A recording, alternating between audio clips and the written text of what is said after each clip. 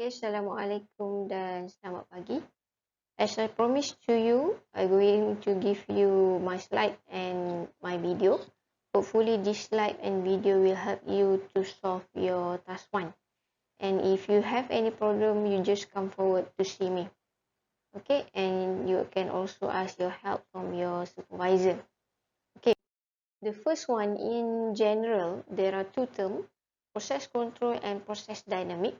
What is the difference between these two? The process control meaning to say it is a acting process.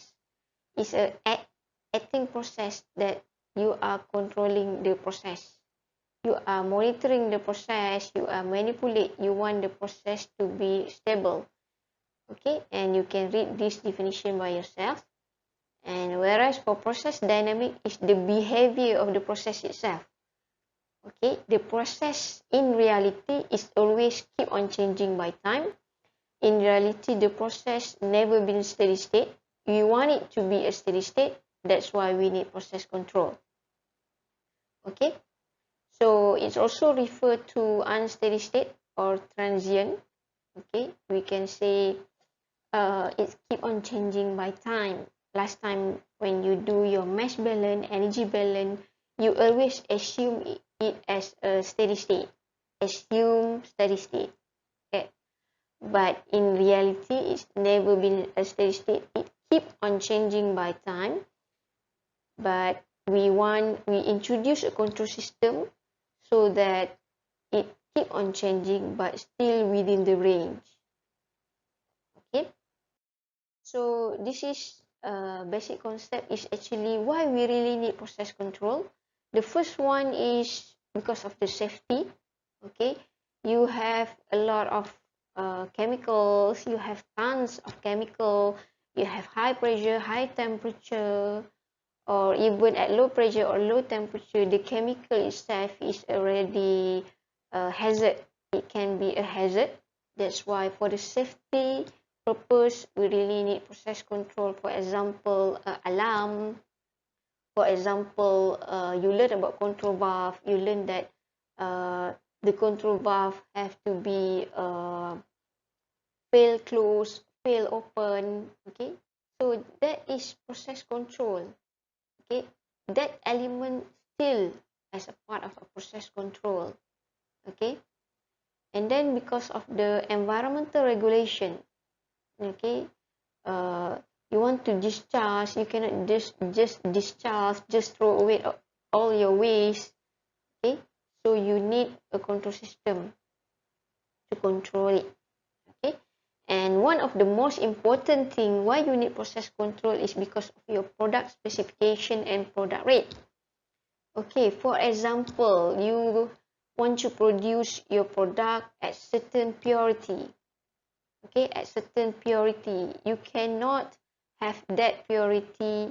You won't know what is your purity if you don't measure it. When you measure it, you know that your quality of the product, you need process control to ensure that the product that produced from your reactor or even from your separation equipment meet the spec that you want, meet the spec that customer want. Okay, it never been automatically unless you control it. For example, you want 99% of purity. You have to control, you need a control system so that your product is 99%. How? Later on we see how to control it. Okay. The fourth one because of the economic. Okay. For example, if you have high temperature, for example, if you have endothermic reaction that run at temperature about 300 degrees C, so you want to maintain at that 300 degrees C, of course you need process control. If you don't control it, we don't want it to be oversupply. Let's say it's oversupply, it will cause you some loss of energy. It's not economical if the reaction takes place at 300 degrees C, but you don't control the temperature, you supply more heat until the temperature goes up more than it's needed. Okay, that's why you really need process control. The fifth one is because of we want the plant to operate at stability, at stable condition. For example, like I say previously, your control, all your variable, the temperature, the flow rate, and everything in your plant is keep on changing by time. We want it to run within a specific range.